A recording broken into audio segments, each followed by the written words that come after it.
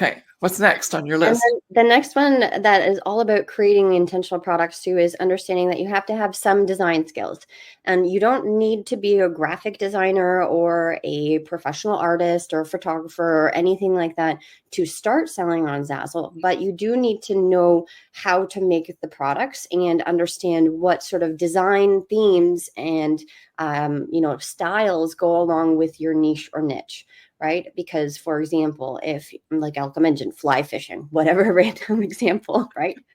And Well, all we of a always just sudden, say weddings, so I thought I'd throw what? some. Yeah, I know we always say I did weddings. have a client that was fly fishing, and she did really well with our 5 strategies, by the way. Yes, she was all about hunting and fly fishing. Yes. Yeah.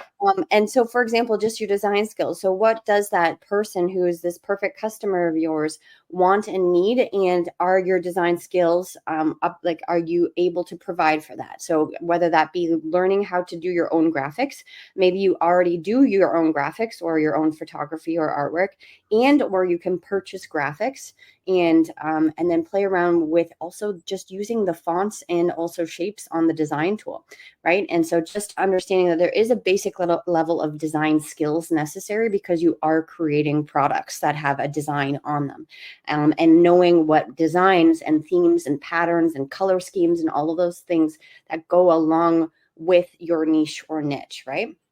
Because yeah, like Elka mentioned, fly fishing, if all of a sudden we were doing like a hot pink, I don't know, whatever, sparkly X, Y, or Z, that had a completely different sort of look and feel than the average person who maybe does fly fishing or hunting or some sort of like, more of like the rustic sports, Of course, yeah. the outdoor sports, then you're not in the right area, right? And so your design skills have to be on par with who you're providing your products to.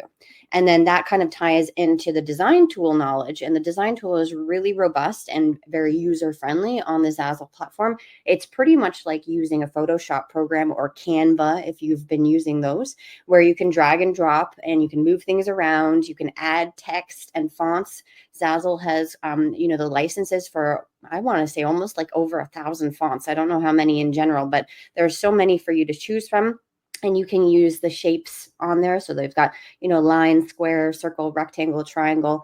And they also offer actually a cool opportunity for you to add a QR code, which might be interesting for some product choices that you have on the platform.